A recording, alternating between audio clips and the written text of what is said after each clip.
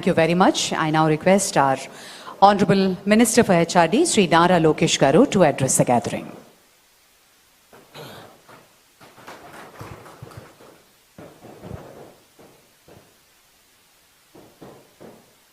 గౌరవ కేంద్ర ఆర్థిక శాఖ మంత్రులు నిర్మలా సీతారామన్ గారికి, గౌరవ ముఖ్యమంత్రి చంద్రబాబు నాయుడు గారికి, నాకు అన్న సమానమైన గౌరవ ఉప ముఖ్యమంత్రి పవన్ అన్న గారికి, పెమ్మసాని చంద్రశేఖర్ గారికి, కేశవ్ గారికి, నారాయణ గారికి, శ్రావణన్నకి, ఈ సమావేశానికి పెద్ద ఎత్తున తరలి వచ్చిన అమరావతి రైతులందరికీ పేరు పేరున నా హృదయపూర్వక నమస్కారాలు. దేవతల రాజధాని అమరావతి, రైతుల త్యాగం అమరావతి. దేవతల రాజధానిని దయాలుగా విధ్వంసం చేయాలని ఆనాడు చూశారు. 3 రాజధానులని 3 ముక్కలాటలాడి కనీసం ఒక్క ఇటుక కూడా అయిన పరిస్థితి మనందరం చూసాం.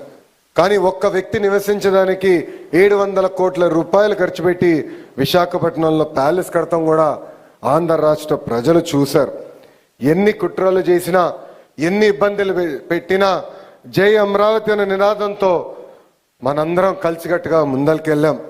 మనందరం చూసాం, చిన్న పిల్లల దగ్గర నుంచి 80 సంవత్సరాల వృద్ధి వరకు మనందరం ఒకే నినాదం, ఒకే రాష్ట్రం, ఒకే రాజధాని, జై అమరావతి అని ఆనాడు పెద్ద ఎత్తున మనందరం పోరాడం.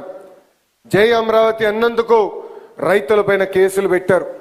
మహిళలను ఏకంగా పోలీసు బూటులతో ఆనాడు తంతం కూడా మనందరం చూసాం. 1631 రోజులు అమరావతి ఉద్యమం నడిచింది. 2000 మంది 270 మంది రైతులు వాళ్ళ ప్రాణాలు కోల్పోతాం కూడా చూసాం. సుమారుగా 3000 మంది రైతులపైన ఆనాడు కేసులు పెడతాం కూడా మనందరం చూస్తాం జరిగింది.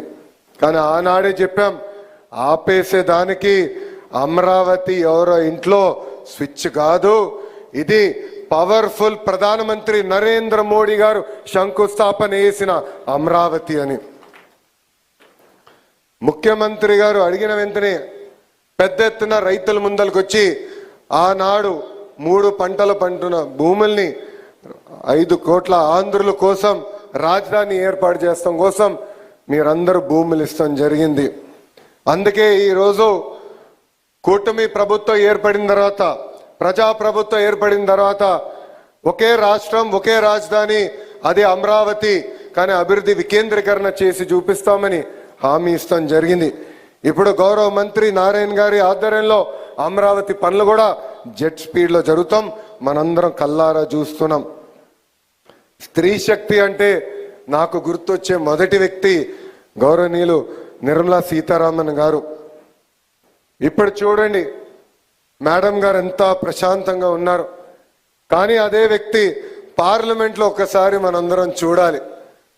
ప్రతిపక్ష పార్టీలు అబద్ధాలు చెప్పేదానికి ప్రయత్నిస్తే వాళ్ళకి చుక్కలు చూపించే వ్యక్తి గౌరవ నిర్మలా సీతారామన్ గారు. మహిళలు ఎలా ఉండాలో ఆవిడని చూస్తే అందరికి అర్థమవుతుంది. ఆవిడ రికార్డులు కూడా ఎవరు బద్దలు కొట్టలేరు. ప్రపంచంలో ఎంతోమంది ఆర్థిక శాఖ మార్చులు ఉన్నారు, కానీ మన నిర్మలా సీతారామన్ గారు రికార్డులు బద్దలు కొట్టారు. వరుసగా 8 కేంద్ర బడ్జెట్లు మేడం గారు ప్రవేశపెట్టారు. ఆవిడ జీవితం మనకొక పాఠం. లండన్లో హ్యాబిటేట్ అనే ఒక హోమ్ డికోర్ స్టోర్లో ఆమె ప్రొఫెషనల్ కెరియర్ ప్రారంభిస్తే 2008లో బీజేపీలో చేరి అధికార ప్రతినిధిగా రాజకీయ ప్రస్థానం చేశారు. కేంద్ర రక్షణ శాఖ మంత్రి, కేంద్ర ఆర్థిక శాఖ మంత్రి కూడా మేడం గారు అయ్యారు. Forbes magazine the world's 100 most powerful women list ప్రకటిస్తే వరుసగా 6 సార్లు నిర్మలా సీతారామన్ గారు ఆ లిస్ట్లో నిలబడ్డారు. ఎంత ఎదిగినా సింప్లిసిటీ నేను మేడం గారు చూసి నేర్చుకున్నా. ఇప్పుడు కూడా చేనేత వస్త్రాలే మేడం గారు వేసుకుంటారు. అనేక సార్లు మంగళగిరి చీరలు కూడా మేడం గారు వేసుకుని ప్రమోట్ చేశారు. అందుకే మంగళగిరి ప్రజల తరపున మేడం గారికి నా హృదయపూర్వక ధన్యవాదాలు నేను ఈ సభాముఖంగా తెలియజేసుకుంటున్నా.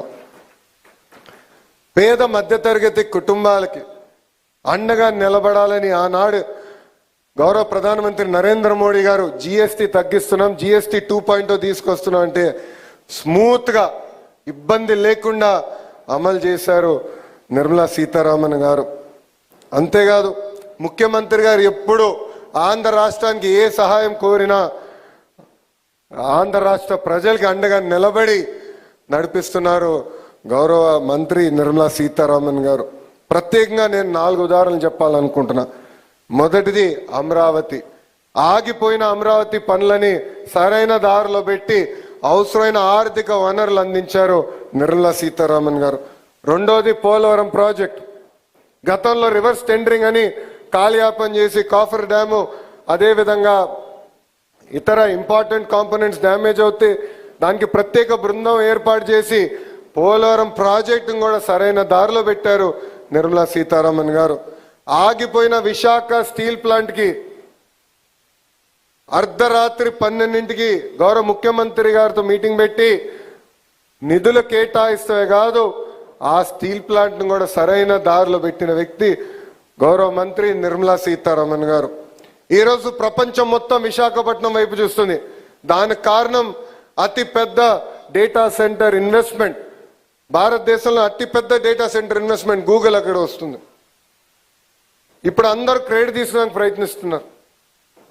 కానీ ఆ ఇన్వెస్ట్మెంట్ భారతదేశానికి ప్రత్యేక విశాఖపట్నానికి వచ్చిందంటే దానికి అండగా నిలబడి అవసరమైన భరోసా ఆనాడు అందించారు నిర్మలా సీతారామన్ గారు.